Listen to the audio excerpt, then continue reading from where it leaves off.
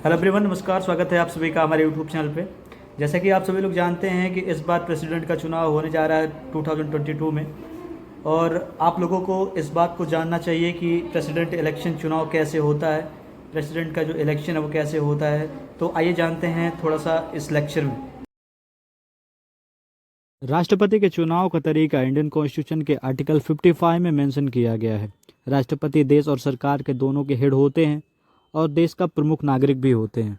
हम और आप राष्ट्रपति के चुनाव में डायरेक्ट वोट नहीं कर सकते, तो कैसे होता है राष्ट्रपति का चुनाव, कौन करता है वोटिंग और कैसे बनते हैं हमारे राष्ट्रपति, आइए जानते हैं इस वीडियो में। कौन हो सकता है राष्ट्रपति चुनाव का उम्मीदवार।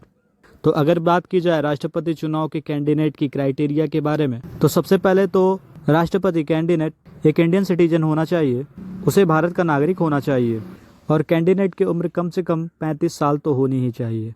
इसके साथ साथ राष्ट्रपति पद के उम्मीदवार के लिए कम से कम 50 इलेक्टर्स ने एक व्यक्ति का नाम प्रस्तावित किया हो, साथ ही 50 अन्य इलेक्टर्स ने इसका समर्थन किया हो, तभी वह राष्ट्रपति पद का चुनाव लड़ सकता है।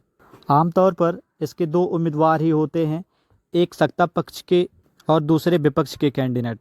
राष्ट्रपति चुनाव में वोट करने का राइट सिर्फ और सिर्फ इलेक्टरल कॉलेज के लोगों के पास होता है। तो क्या होता है ये इलेक्टरल कॉलेज? राज्यसभा और लोकसभा के निर्वाचित सदस्य यानी कि एमपी और राष्ट्र की राजधानी केंद्र दिल्ली, केंद्र शासित प्रदेश के सभी राज्यों के विधानसभाओं के निर्वाचित सदस्य व एमएलए इलेक्टरल कॉलेज कहलाते हैं। जानकारी के लिए बता दें कि इस बार जम्मू और कश्मीर राष्ट्रपति चुनाव के लिए एलिजिबल नहीं है। विधान परिषद के सदस्य और राज्यसभा के 12 नॉमिनेटेड मेंबर्स प्रेसिडेंट चुनाव में वोट नहीं कर सकते। इलेक्टेड कॉलेज में टोटल इलेक्टेड हैं 4809, जिसमें से लोकसभा के एमपी 543 हैं और 233 राज्यसभा के एमपी हैं।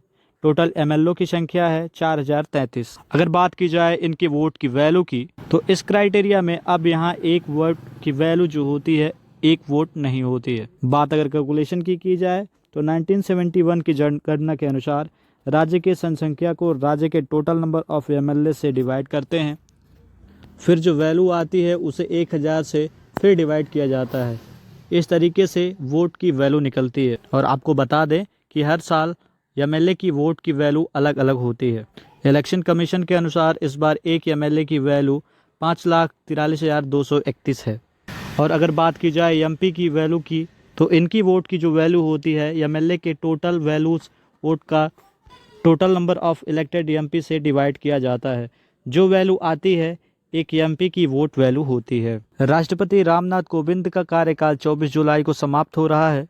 इससे पहले नए राष्ट्रपति का चुनाव किया जाना है। भारत के निर्वाचन आयोग ने 10 जुलाई 2022 को मतदान का ऐलान किया है, जिसके बाद 21 जुलाई 2022 को भारत के नए राष्ट्रपति के लिए नाम का ऐलान किया जाएगा।